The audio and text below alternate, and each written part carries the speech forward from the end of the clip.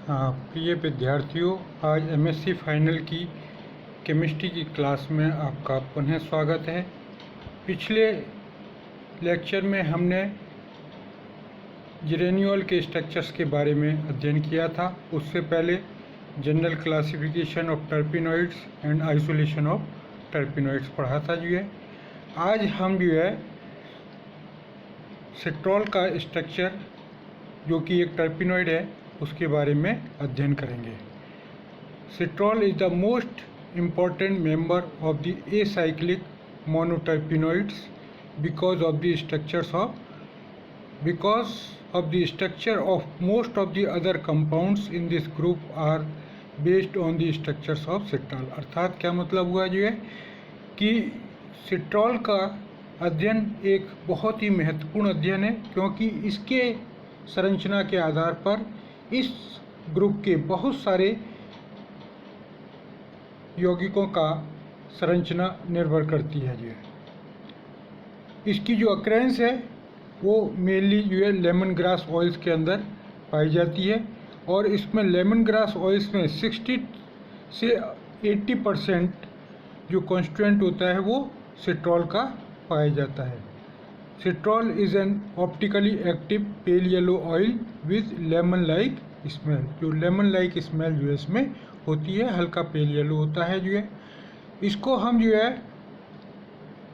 जो टर्पिनॉइड से आइसोलेट करते हैं तो उससे बाई क्रिस्टलाइन प्रोडक्ट के रूप में इसको आइसोलेट कर लेते हैं टर्पिनॉइड में से और जो कि हमारा क्रिस्टलाइन बाइसल्फेट सिट्रॉल बाइसल्फाइड के रूप में प्राप्त होता है, जिसको हम हाइड्रोलिसिस के द्वारा सोडियम बाइकार्बोनेट के हाइड्रोलिसिस के द्वारा प्योर सिट्रॉल में परिवर्तित कर लेते हैं। तो इस प्रकार से हमें प्योर सिट्रॉल प्राप्त हो जाता है।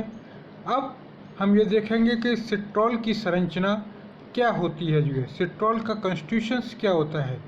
किसी भी कंपाउंड्स के या किसी भी यौगिक के जब हम संरचना का अध्ययन करते हैं तो सबसे पहले हम यह पता लगाते हैं कि उसका मॉलिक्यूलर फार्मूला क्या है।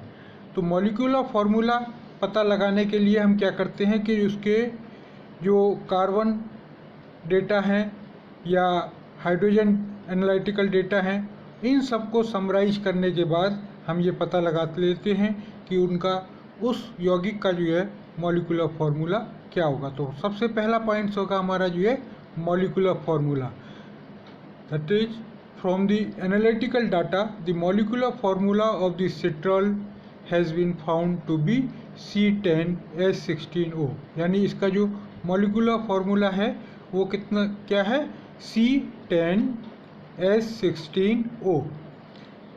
जब हमें मॉलिक्यूलर फार्मूला पता लग जाता है तो नेक्स्ट पॉइंट होता है क्या उस यौगिक के अंदर कोई अनसैचुरेशन है। अनसैचुरेशन है तो वो किस फॉर्म में है, वो डबल बॉन्ड्स के रूप में है या ट्रिपल बॉन्ड्स के रूप में है।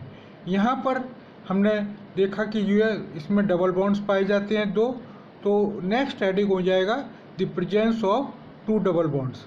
किसी भी यौगिक में डबल बॉन्ड्स का पता लगाने के लिए हम क्या करते हैं, उसका हाइड्रोजनेशन कराते हैं किसी कैटलिस्ट की उपस्थिति में और कितने मोल कंज्यूम हो रहे हैं उसके आधार पर हम ये पता लगा लेते हैं कि उसमें 1 डबल बॉन्ड है या 2 डबल बॉन्ड है। और दूसरी एक और रिएक्शन है कि हम उस यौगिक का ब्रोमिनेशन करते हैं। तो ब्रोमिनेशन में डाइब्रोमो यौगिक मिल रहा है या टेट्राब्रोमो यौगिक मिल रहा है, इसके आधार पर हमें ये पता चल जाता है कि यौगिक में 1 डबल बॉन्ड है या 2 डबल बॉन्ड्स हैं। यहाँ पर जब हम हाइड्रोजनेशन कराते हैं पैलेडियम की उपस्थिति में सिट्रॉल का, तो टेट्रा हाइड्रो यौगिक मिलता है और ब्रोमिनेशन कराते हैं तो हमें सिट्रॉल टेट्राब्रोमाइड यौगिक मिलता है। यानी 2 मोल ब्रोमीन के और 2 मोल हाइड्रोजन के ये कंज्यूम करता है। इससे ये सिद्ध होता है या इससे ये पता चलता है कि सिट्रॉल के अंदर 2 डबल बॉन्ड्स उपस्थित हैं। दिस इंडिकेट या this shows that it contains 2 double bonds in its structure. तीसरी है कि यदि कोई ऑक्सीजन उपस्थित है तो वो ऑक्सीजन हमारा अल्कोहल के रूप में है, एल्डिहाइड है, या कीटोन है, या एस्टर है, किसके रूप में जो है प्रेजेंट है।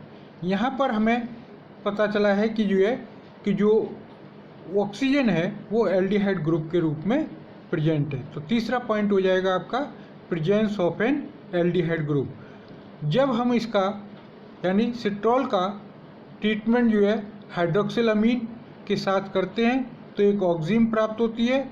और दूसरी रिएक्शन है कि जब हम फेलिंग सॉल्यूशन के साथ रिड्यूस करते हैं इसको तो हमें रेड पीपीटी जो है प्राप्त होता है, जिससे ये पता चलता है कि इसके जो ऑक्सीजन है वो उसमें एक अनसैचुरेशन बॉन्ड के रूप में प्रेजेंट है, यानी एल्डिहाइड बॉन्ड के रूप में प्रेजेंट है।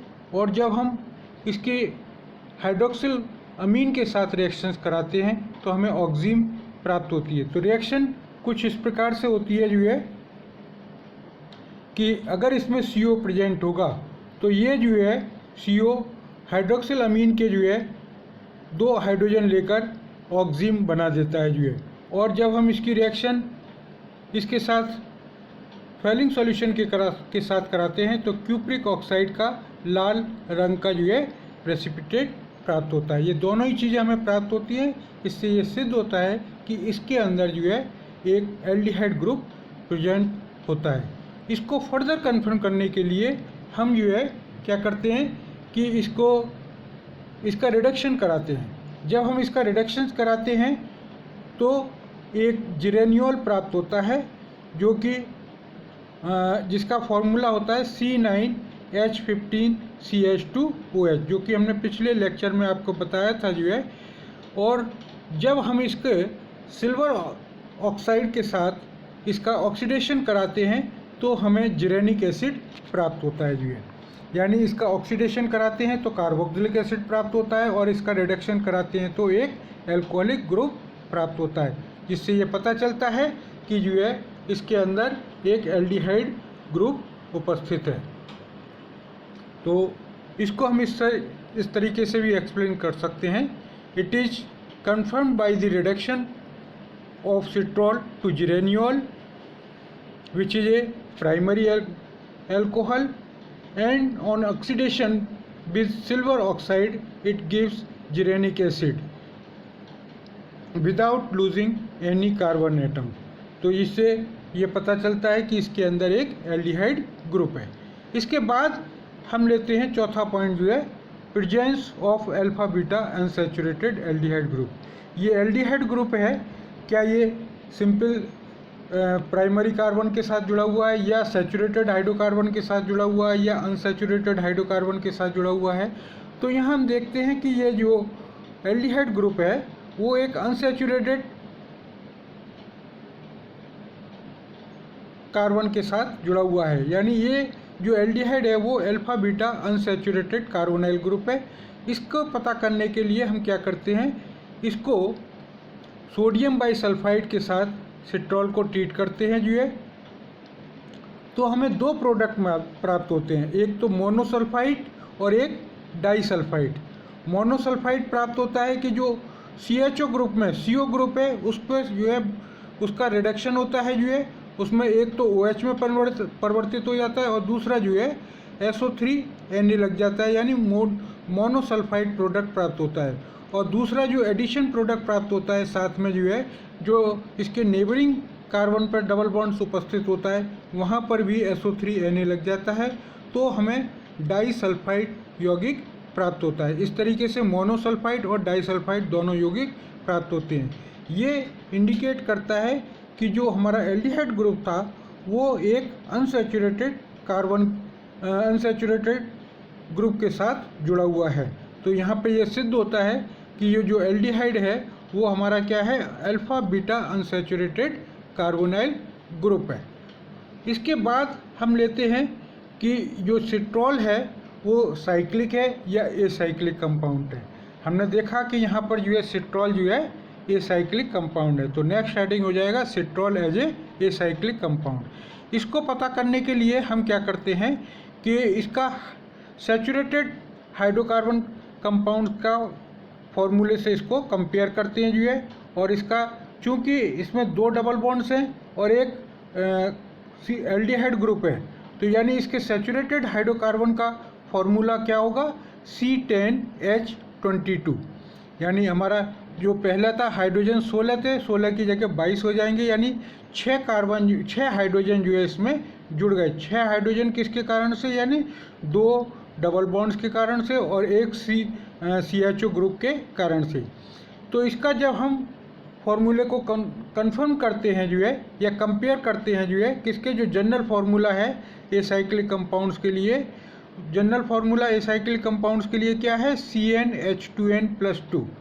तो उससे ये पता चलता है कि ये एक एसाइक्लिक कंपाउंड्स है। तो इसको हम इस तरीके से जो है लिख सकते हैं, as the citral contains 2 double bonds and 1 aldehyde group, the molecular formula of its fully saturated hydrocarbon will be C10H22.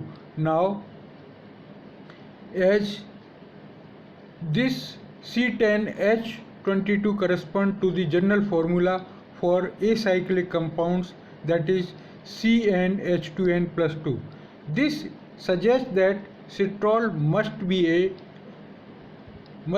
an acyclic compounds. तो इस तरीके से हमें पता चलता है कि सिट्रॉल जो है एक एसाइक्लिक कंपाउंड्स है। इसके नेक्स्ट टॉपिक है जो है, या नेक्स्ट हेडिंग है जो है, कि इसके अंदर जो संरचना कार्बन स्केलेटन क्या होगा, कार्बन स्केलेटन जो है सिट्रॉल के अंदर क्या होगा। इसको पता करने के लिए हम क्या करते हैं कि सिट्रॉल को जो है पोटेशियम हाइड्रोजन सल्फेट के साथ गर्म करते हैं।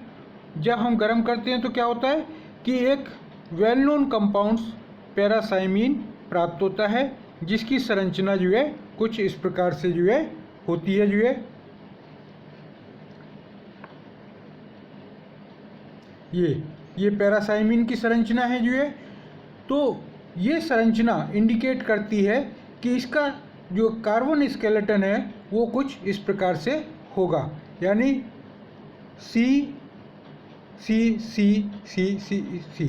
यानी। और जब इसको हम सोडियम बाइसल्फेट से पोटेशियम हाइड्रोजन सल्फेट के साथ गर्म करते हैं तो ये बॉन्ड जो है यहाँ के साथ जुड़ जाता है जो है, और ये साइक्लिक संरचना में परिवर्तित हो जाता है। तो इस प्रकार से हम देखते हैं कि इसकी जो कार्बन स्केलेटन है उसमें एक पैरासाइमिन स्ट्रक्चर्स होना चाहिए जो है। इसके बाकी के जो ग्रुप हैं डबल बॉन्ड्स की पोजीशन क्या होगी, और जो एल्डिहाइड ग्रुप है वो कहाँ पर अटैच होगा, और इसकी सिंथेसिस क्या होगी, ये सब चीज़ हम जो है आपको अगले लेक्चर्स में पढ़ेंगे। धन्यवाद।